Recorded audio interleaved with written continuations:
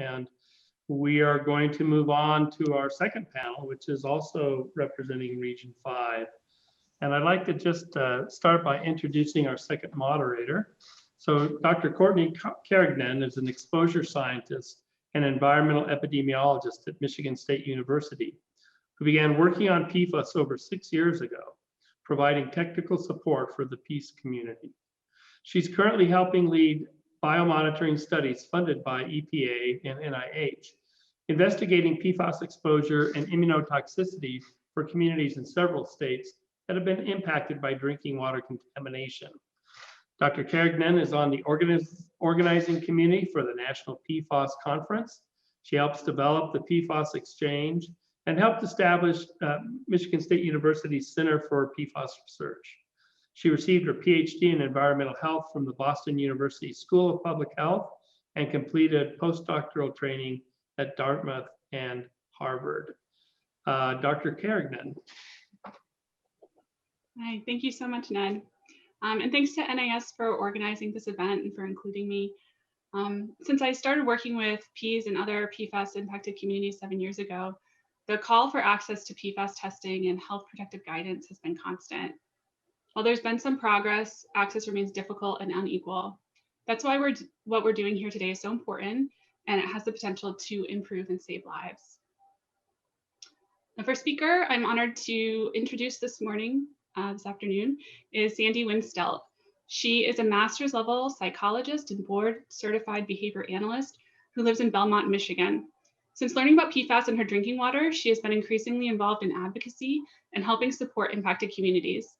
She routinely meets with local, state, and federal legislators, Michigan's Attorney General, and has testified in Washington at Senate hearings about PFAS contamination.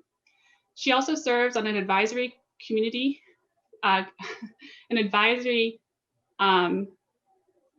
board for her community, the Michigan PFAS Action Response Team Community Advisory Working Group, and is on the leadership team for the National PFAS Contamination Coalition. EPA recently awarded her the Citizen Excellence and Community Involvement Award for her advocacy for stronger regulation of the entire class of PFAS chemicals. Thank you for joining us today, Sandy. Thank you, Courtney. I appreciate this. I'm going to try to share my screen, which could be an absolute disaster, but we're going to see. I think maybe I did it. Can you see me? Or can you see the screen? I don't see it yet. So you might, there's like a second. So after you hit the green button and choose the window, then there's like you have to confirm that you want to share it. And I bet that's it. I bet that's it. The wonders of modern technology here. Does that work? Yeah, you did it. All right. So my name is Sandy Wynn Stelt, and thank you everyone for listening to our stories. I'm going to start by just telling my story. This is my husband, Joel, and I. Joel is the tall one. He and I were married in 1991, and we bought our first home the next year. Joel was a children's protective services worker, and I work as a psychologist. So we work with really difficult day jobs. And what we really wanted in a home was a place that was kind of peaceful and quiet and in the woods. And that was all we wanted. And so we found the perfect home. It sat across the street from a 90-acre Christmas tree farm, and there was wooded land all around us. We were surrounded by birds and squirrels and black bear, and it was really our sanctuary. And we led very boring, dull, mundane lives until 2016. Joel and I were planning our 25th wedding anniversary, and Joel went in for some what we thought was minor surgery. Instead, he was diagnosed with stage 4 liver cancer, and he died 3 weeks later, and it completely rocked my life. Until you've lived through losing your partner and your protector and your provider and your best friend, I don't know that you know the depth of that pain. But life goes on. And the following year, the Department of Environmental Quality came to my home and asked to test my water out of an abundance of caution. They were testing for PFAS, and at that time it was something I had never heard of. When they tested the first results, the test out of my water faucet came back at 24,000 parts per trillion. The next time they tested, because I thought that was too high, it was at 38,000 parts per trillion. And it's tested as high as 80,000 parts per trillion from my faucet. Turned out that the Christmas tree farm that we love so much was actually a dump site for Wolverine worldwide. Wolverine would dig large, huge troughs that they would bring truckload after truckload of tannery waste and sludge. Most of it was simply filled with Scotchgard. And they would dump this into these troughs and cover it up and dig another one and dig another one until the entire area is filled. And once that was filled and they couldn't fill it anymore, they punched through the natural clay lining into the groundwater and contaminated a 25 square mile area of my community. Most of the people on here are on wells. However, it did also impact our public water system. And none of us knew it, since you can't see this, taste this, or smell this. When I learned this, like most people, I wanted to get my blood work tested, and this was its own challenge. But I was able to find a lab in California, pay the $800, and jump through a number of hoops to get it done. These are the results that I got back. And if you're a normal human, you have no clue what this means. And that's part of the challenge, is that we get these results and we don't know what these means. But I now know that these are high. These are alarmingly high. These are much higher than the NHANES. Here are some slides that will show you my results are the orange results at the top of the bar. You can see the US median towards the bottom of the bar, and then you can see some other contaminated areas in the middle. So for example, my blood results were over 3,000 parts per billion, while the US median is at about 4. One of the reporters from our area took these results to a doctor in Parkersburg, West Virginia, where the C8 study was held. And when he saw my results, he called me breathtaking, but I don't think that was a compliment. So I met with my doctor to share these results, and I'm very lucky that I have a doctor that's extremely proactive and very engaged. And he's kind of located in the heart of this contaminated area. When we got those results, we really looked at each other and kind of shrugged.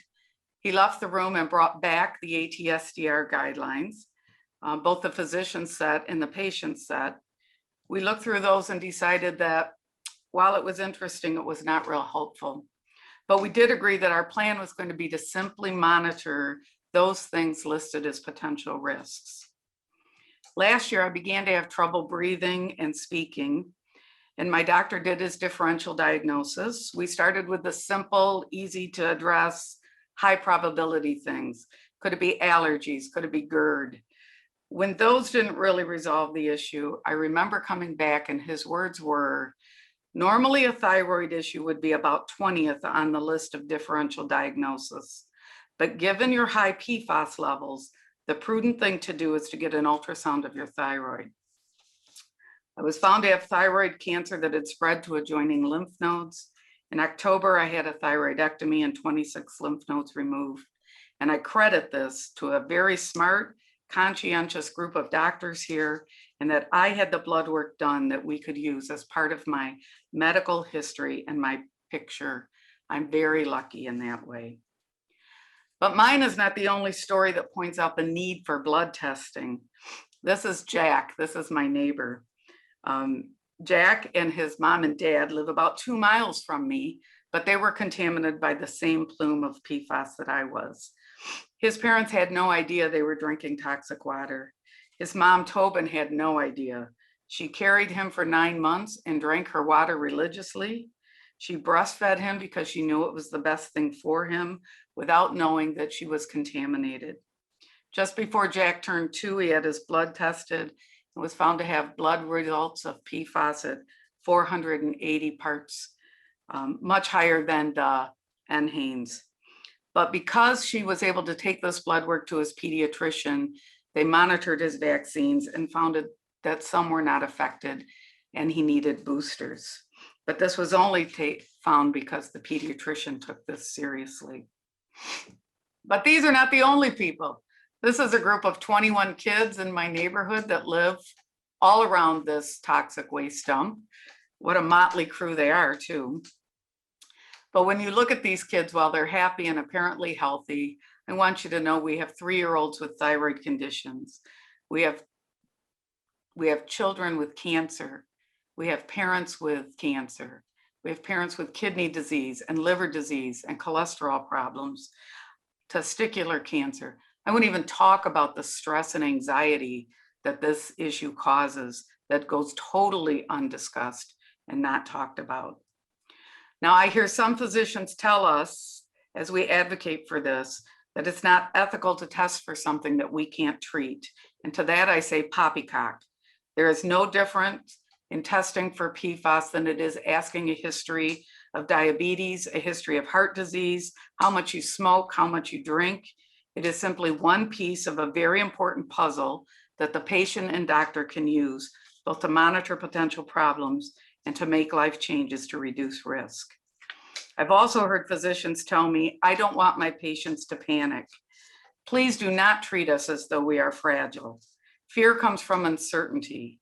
We are more afraid of the imaginary monster under our bed than we are the dust bunnies that we find when we really look. Knowledge is power.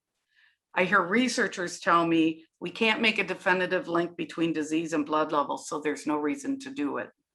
That is simply circular logic. If you don't test, you don't see a link. And if you don't see a link, you don't need to test. I'm incredibly thankful that ATSDR is starting to do more research in this area.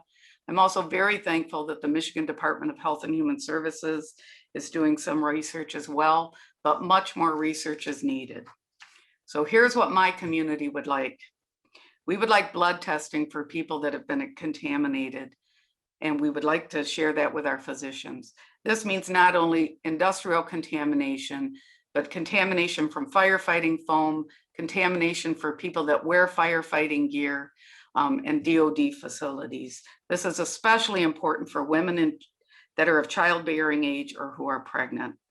And we want testing of the entire class of PFAS chemicals, not just 1 or 2 or 12. We know there are over 4,000 of these chemicals and newer Gen X chemicals coming out at all times. We would like research completed on how to possibly lower our levels of PFAS. You saw my results. Telling me to wait 45 years isn't a real effective treatment.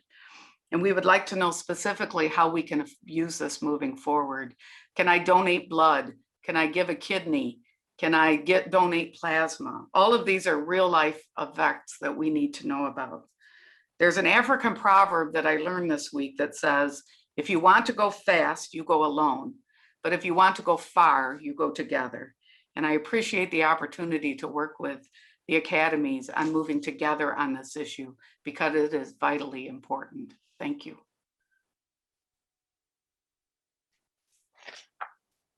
Thank you so much, Sandy, for sharing your story.